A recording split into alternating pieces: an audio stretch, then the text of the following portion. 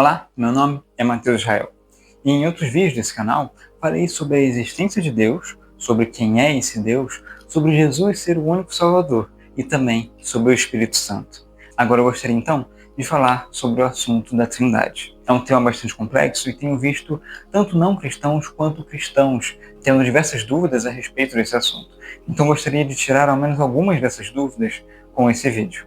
Em primeiro lugar, a Trindade ela não foi um conceito adicionado ao cristianismo com base em alguma religião pagã. Isso é falso. Na verdade, ela está por toda a Bíblia, desde o Antigo até o Novo Testamento. A Bíblia afirma que existe somente um Deus, mas que também Deus é três pessoas. É algo difícil realmente de nós entendermos, mas é o que a Bíblia nos diz. Por exemplo, no início do Evangelho de João, quando fala que o Verbo, que é Jesus, no princípio estava com Deus e era Deus. Não existe afirmação mais clara. Jesus é Deus. É isso que João estava dizendo ali. Era Deus não quer dizer também que era, mas deixou de ser. Não, mas quer dizer que desde o princípio, antes da própria criação, Jesus já era Deus. O que faz todo sentido porque Deus é imutável. Então ele não se tornou uma trindade. Ele sempre foi uma trindade. Jesus sempre existiu junto do Pai. Ele não passou a existir. O Pai não criou Jesus. Ele sempre existira, desde a eternidade. Então nós, cristãos, cremos nisso, em um único Deus, porém, que ao mesmo tempo se trata de três pessoas. Tomé também, quando viu Cristo ressurreto, disse: Senhor meu e Deus meu. E Jesus não o repreende por isso. Na verdade, até diz: agora você crê? Ou seja, confirmando a afirmação de Tomé. Até mesmo textos que não esperaríamos que falariam da divindade de Jesus, na verdade falam. Por exemplo, em Marcos, no início mesmo, quando se fala da profecia que João Batista cumpriu ao pregar sobre Jesus. Se faz uma referência ali a Isaías, onde se diz: voz do que clama no deserto, preparai o caminho do Senhor. Senhor ali não se está se referindo à palavra Senhor, mas sim no Antigo Testamento ao próprio nome de Deus, que aqui chamamos de Jeová ou de Javé, porque não sabemos muito bem a pronúncia. Ou seja, Marcos está afirmando que Jesus é Jeová. Em todos os livros do Novo Testamento, nós temos alguma afirmação explícita ou implícita sobre a divindade de Jesus. O próprio fato dele perdoar pecados, na verdade, era um indicativo de que ele é Deus. Os judeus não estavam errados ao dizer que apenas Deus podia perdoar pecados. Eles estavam certos. O que eles não sabiam era que Jesus era Deus. Jesus mesmo diz isso quando afirma aos seus opositores: antes que Abraão existisse, eu sou. Essa frase solta pode nem fazer tanto sentido. Por que falar eu sou ao invés de eu já existia? Mas na verdade Jesus está fazendo uma referência ao que Deus fala a Moisés quando se revela na sarça ardente, dizendo: diga ao povo que eu sou, me enviou a vós. Ou seja, Jesus está afirmando sua divindade ali. Tanto que os judeus o quiseram matar a partir desse momento. O próprio Espírito Santo, falamos em outro vídeo, ele é Deus, e não é uma força de Deus, alguma energia de Deus. É Deus, de uma pessoa da Trindade. Por exemplo, o Espírito Santo pode se entristecer, algo que aconteceria com uma pessoa, mas não com uma força ou energia.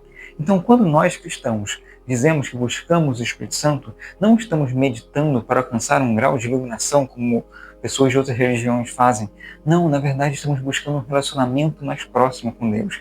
Estamos buscando nos aproximar dele. Por isso que nós cristãos colocamos um foco tão grande nesse relacionamento com Deus.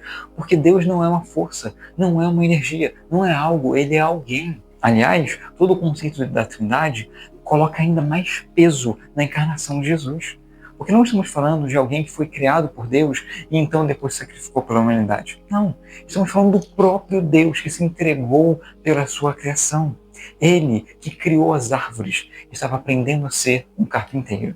Ele que criou a humanidade estava sendo crucificado por eles mesmos. Deus se entregou por nós. A Bíblia diz que Deus estava em Cristo reconciliando consigo o mundo. A Bíblia diz que Deus não compartilha da sua glória com ninguém, mas Jesus fala da glória que ele tinha com o Pai antes que o mundo existisse. Mas mesmo assim, ele deixou a sua glória nos céus e se encarnou, se fez como uma de suas criações, para sofrer por nós e nos conceder a salvação. E hoje, quem está conosco não é uma força, não é uma energia, não é algo abstrato, é o próprio Deus. O Espírito Santo, ele habita em nós. Deus se faz presente no meio do seu povo. Lembrem do Salmo que diz sobre ele habitar em lugares altíssimos, mas também com o contrito e o abatido do Espírito. Esse é o nosso Deus.